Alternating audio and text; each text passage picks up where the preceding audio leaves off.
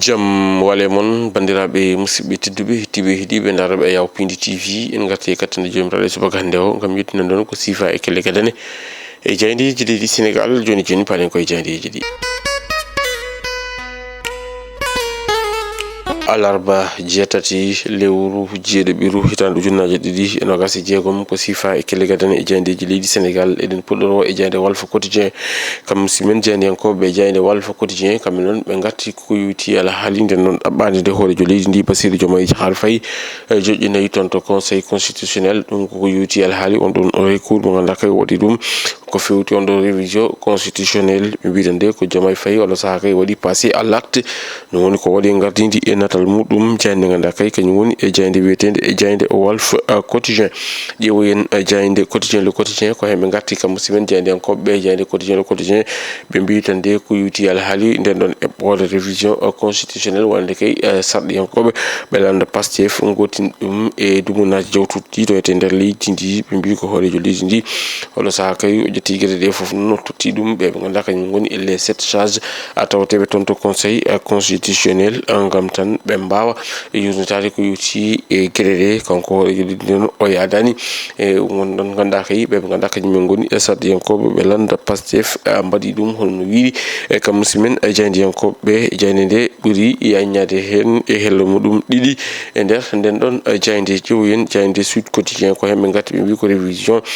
constitution ɓe mbi ko révision mo ganduɗa kay kañum woni constitutionnel mo ganduɗa waɗanoma adopté toon to suudu sarɗiji leydi Sénégal ene woni tan de o ganduɗa kañum woni hoorejo leydi ndi Bassirou Diomaye Diakhar Faye waɗi riposte nawi ɗum toon to conseil constitutionnel ɓen ɗon jiiɗiɗo ɓe ganduɗa kay ko suwaɓe ɓe conseil constitutionnel kamɓe kay poti yurnitade e gueɗe ɗe e oɗo saaha joni hono no wiiri kam simen jaydiyankoɓe kono noon jayde nde tacci keeri leydi Sénégal yeehi ha toon to leydi Mali wi gonden ko e lebbi ɗiɗi caggal kay ganduɗa kay ɗin ɗon kareli bannoɗo toon to leydi Mali ha yooɓi fittandu o mo ganduɗa kañum woni jagorɗo kalfinaɗo ganduɗa kay kañum woni nder kay kisal leydi Mali ene woni tan de kam simen jaydiyankoɓe ɓe mbi ko ha joni de ne wayno oɗo saaha joni ɓe ganduɗa kañum woni fama woni force armée mo leydi Mali nena e piyande kam e pettoje hakkude mabɓe haare hakkude mabɓe ɓe ganduɗa kañum woni e pelle jihadiyankoɓe ɗum woni ko waɗi e gardidi natal muɗum e jayde Sud Quotidien yewoyen e jayde enquête quotidien comme simen jaydiyankoɓe ɓe garti koye wonɗon révision constitutionnel ɓe mbiɗan nde ko recours mo hoorejo leydi ndi ko kañum kay waɗi saisir o ganduɗa kañum woni conseil constitutionnel kono noon ɓe mbi e beele on ɗon saisir ganduɗa kay wonani saisir au risque ɗum woni ko waɗi gardidi natal muɗum kono noon kam simen jaydiyankoɓe ɓe garti e Matar Cissé ganduɗa kay kañum woni jagorɗo kalfinaɗo gueɗe e nder nderiji ɓe kolliti noon waɗi no jillu toon to ganduɗa kay kañum woni jeere nde Sandaga gam yewtide ɓe ganduɗa kañumen goni wonɓe jeere nde ha teydode sécurité e jeereji ndi saabu ɗum teskama e kala saaha ɗin ɗon cumuli teskateji e nder ɗin ɗon jeereji ɗum ine tawe e jayde ganduɗa kañum woni jayde enquête quotidien e jayde Les Échos kañum arti eko yuti e alhaali omo ganduɗa kañum woni Pape Gueye ɗum ko caggal ande o sutno konnguli ko yewti e alhaali keppuguindijo leydi Sénégal gonka ka ha wiide woni so tawi kay ɓe ganduɗa kañum woni e dirigeaji wonɓe ɗo ɓe ne keddi wonde ɗo kankom o artata équipe o ene woni tan de ɓe garti noon e konnguli makko ko noon kadi konnguli El Hadji Ousseyni Diouf mo ganduɗa kay yeddi ha mimi leydi on ɗon cormami cortumami ko yewti alhaali ko wiyeteno waɗama équipe o stumo mo ganduɗa kay keppuguindijo woni wonno toon to dulaji dumtuɗe Amérique ko yewti alhaali guel ɗon kawguel windere hono no wiiri kam simen jaydiyankoɓe konnguli Abdoulaye Sow mo ganduɗa kay kañum holliti wonande oɗo saaha kay o suɓaki haalde ko yewti e fanno kono noon ko fayi arde ma o haaloy fofoof no wiiri jayde arti noon e wiide maɓe Pape Gueye oɗo saaha kay kañum ene wayno yatiri caggal e on ɗo décision mo ƴettino ɗum woni ko waɗi gardidi natal muɗum kono noon kam simen jaydiyankoɓe ɓe garti ko yewti alhaali on ɗon forum Africa mo ganduɗa kay économique et social et solidaire mo ganduɗa kay ene tijja hen woni noon ɓe kolliti omo ganduɗa kañum woni hoorejo jagorɗo leydi Sénégal omo ganduɗa kañum woni Al Amin Lo ine tawtore ɗum hono no wiiri kam simen jaydiyankoɓe kadi ne ɓe garti e hoorejo leydi ndi Bassirou Diomaye Diakhar Faye mo ganduɗa kay waɗi saisir tonto conseil constitutionnel ɗum ko yuti haali nden ɗon eɓɓore waylude dosɗe kam e kuule leydi ndi e nden ɗon eɓɓore nde ganduɗa kay jogui ɗum landa Pastef honno wiiri jayde l'observateur kañum arti ko e Lat Diop ɓe mbitande ko Lat Diop en wayno kay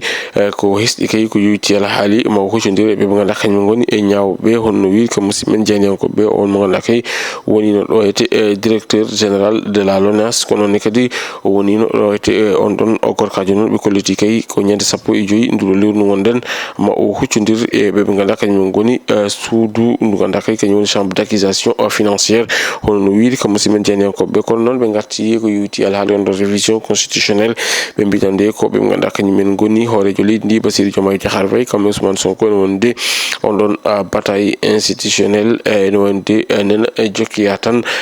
jokkude ɗo ete nder leydi he hono no wiiri e jayde ganduɗa kay kañum woni jayde l'observateur jayde l'As quotidien ko hen arti ɓe mbitande ko crise institutionnelle e wontande omo ganduɗa kañum woni hoorejo leydi ndi Bassirou Diomaye Diakhar Faye kañum kay woni ko waɗi